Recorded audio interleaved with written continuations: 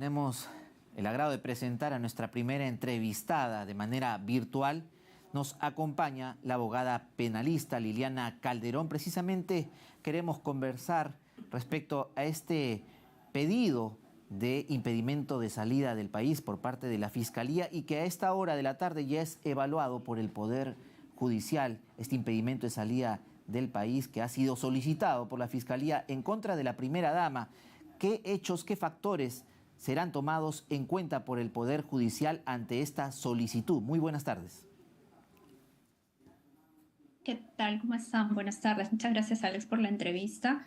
Bueno, definitivamente el Poder Judicial va a evaluar si en el caso en concreto existe o no la sospecha de que la investigada, la señora Lilia Paredes, ¿no?, la primera dama, pueda fugarse o no del país, ¿no? Pueda salir del país y no regresar, ¿no? Entonces, eso es básicamente lo que se analiza en un pedido de impedimento de salida del país. Es decir, para salvaguardar, para garantizar que va a permanecer en el territorio peruano lo que dure la investigación.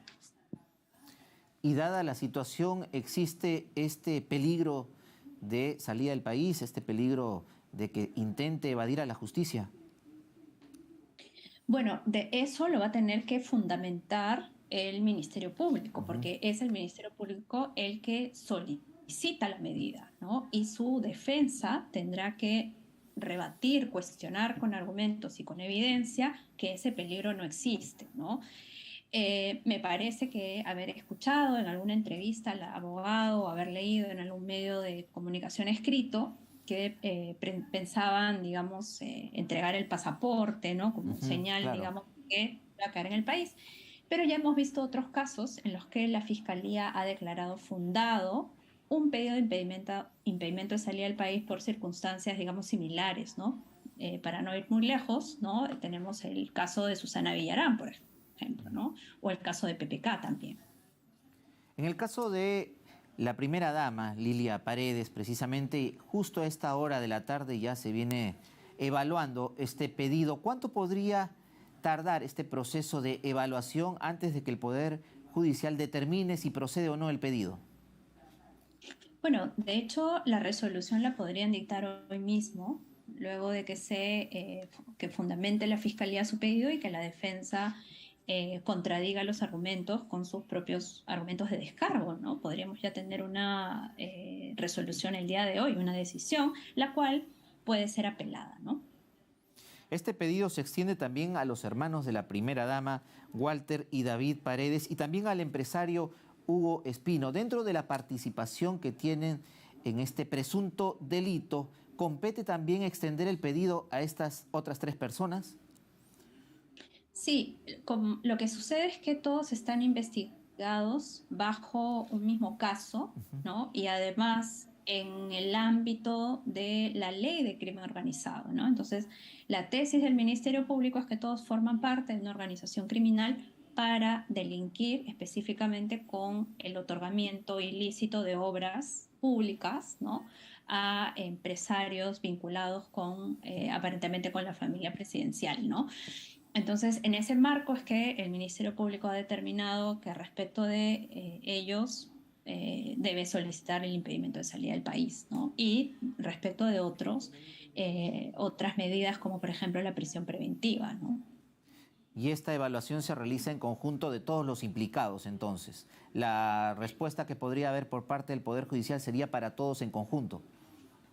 Sí, bueno, en realidad el análisis que tiene que hacer el Ministerio Público es un análisis individual, porque la situación, digamos, procesal, jurídica, puede ser distinta en todos los casos, ¿no? Acá va a jugar, por ejemplo, mucho el sustento del arraigo, ¿no? Cuál ha sido el comportamiento procesal de las partes, digamos, si han acudido a las diligencias, ¿no? Si han coadyuvado en la investigación, por ejemplo, si han habido requerimientos de información y se los han brindado, ¿no? Entonces, todo eso va a ser analizado o ha sido analizado por el Ministerio Público y ahora será valorado por el Poder Judicial para que tome la determinación si declaran o no fundados los pedidos de parte del Ministerio Público.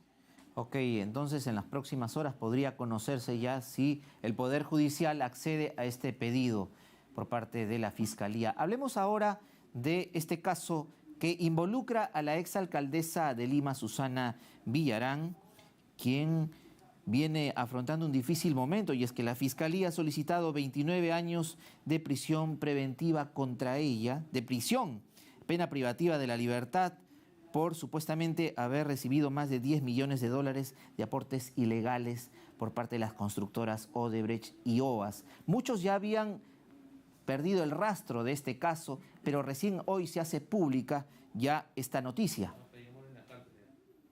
Sí, lo que sucede es que en el caso de la señora Susana Villarán, ella se encontraba sometida a una investigación, ¿no? Estaba en investigación ya preparatoria, se había formalizado la investigación y estábamos en la etapa de investigación preparatoria.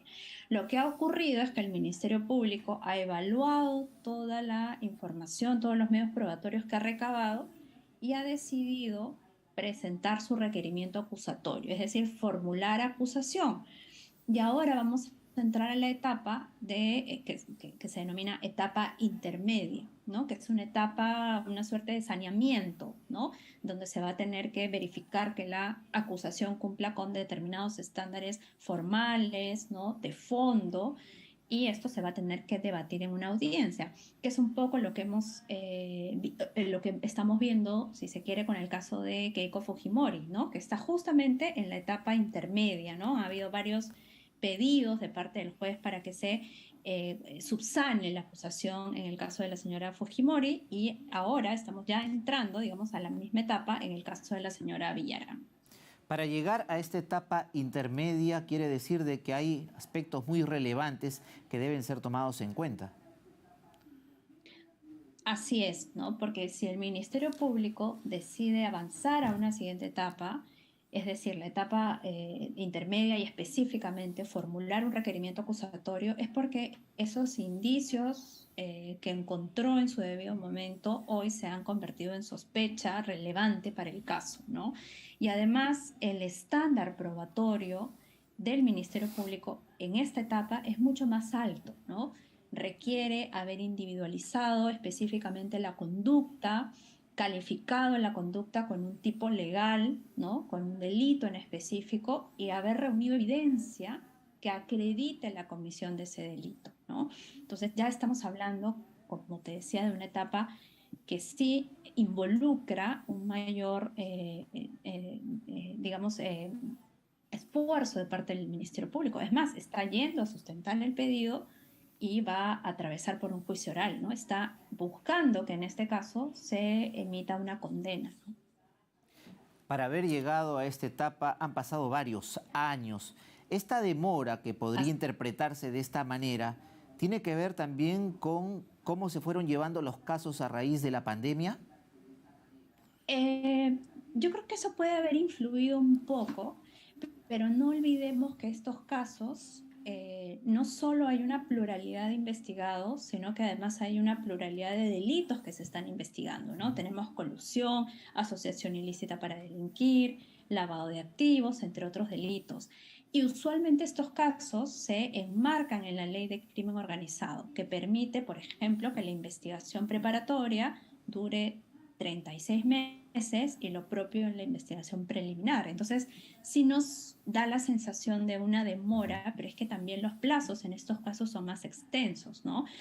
Y por ser casos realmente complejos, ¿no? De alta complejidad, el Ministerio Público necesita pues reunir toda la evidencia para pasar a la siguiente etapa, porque tiene que sustentar su caso, ¿no? Y en esta etapa se puede interpretar que los plazos son más cortos, en la etapa intermedia donde ya se encuentra ahora el caso. Exacto, porque en este caso, digamos, en este puntual caso, cuando se dé la audiencia de requerimiento acusatorio y las partes debatan, y una vez que quede todo saneado, el juez lo que tiene que hacer, si es que está conforme con ese requerimiento, es dictar el auto de enjuiciamiento, ¿no? Para que pase, digamos, a la sala que va a ser la que lleve a cabo el juicio oral, ¿no? ¿Esto cuánto podría tardar? Yo creo que varios meses, ¿no? Si estamos un poco, si tratamos de hacer el símil con el caso de la señora Fujimori, que ha tardado varios meses, que justamente por esta complejidad del caso, por la reunión de información, y también el Ministerio Público ha tenido que subsanar varias veces, yo creo que podría esperarse el mismo camino en este caso, ¿no? Esto es básicamente por el supuesto aporte de 10 millones de dólares para la campaña del no a la revocatoria. ¿Y cómo queda el caso por el delito de colusión por la firma de la adenda al contrato de la línea amarilla de OAS? ¿También está inmerso en el mismo caso o esto se lleva de manera paralela? No, eso se lleva de manera paralela. Este caso es básicamente por el aporte a la campaña del no. El caso de OAS entiendo yo que está siendo llevado de forma independiente. Ok, muchísimas gracias entonces por la explicación y esperemos tener novedades en cuanto al caso que involucra entonces a la exalcaldesa de Lima, como también lo que se viene viendo a esta hora de la tarde ante este pedido de la Fiscalía por parte del Poder Judicial.